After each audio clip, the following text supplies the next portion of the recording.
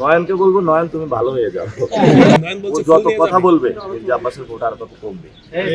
আমি আমার বাসা ঢাকা 8-এর মধ্যে এবং সেই জায়গাটা হলো কোতালে প্লাজার পিছনে, কিন্তু আমার ফ্ল্যাট নাম্বার এটা ডিসক্লোজ করতে চাই না, কারণ অনেক আমার বাসার সামনে অনেক বাইক নিয়ে মানুষকে ঘোরাফেরা করতে দেখেছি। কোন সময় অস্ত্র নিয়ে হাজির হয়, এই জন্য হলো আমার ফ্যামিলির একটা নিরাপত্তার বিষয় আছে। যেভাবে বাসা খুঁজতেছে সে জায়গায় আমি বলবো প্রশাসনকে, যেটা আমার বাসার নিরাপত্তা নিশ্চিত করার জন্য যে কোনো সময় আমার ফ্যামিলি আমার উপরে অ্যাটাক হতে পারে।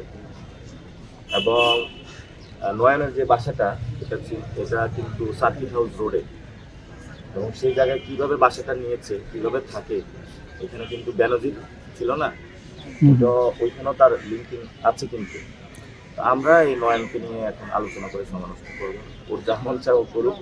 ও যত কথা বলবে মির্জা আব্বাসের ভোট আর তত কমবে। ঠিক আছে, নয়ন যত কথা বলবে মির্জা আব্বাসের ভোট কমবে। মির্জা আব্বাস যদি ভালো কিছু চায় সে নয়নকে চুপ করাবে। নয়নকে বলবো, নয়ন তুমি ভালো হয়ে যাও। ও ভালো হয়ে যাবে। ও একটু শক্তি কাতর আছে, আসন পায় নাই। তারপরে হলো ওই মির্জা আব্বাসের সাথেও তার মনে একটা সমস্যা আছে। সবকিছু মিলে ও একটু ডিপ্রেশনে আছে বা হতাশায় আছে। ওরা একটু সুযোগ দেন, মাসুদ ভালো হয়ে যায়, নয়ন তুমি ভালো হয়ে যায়।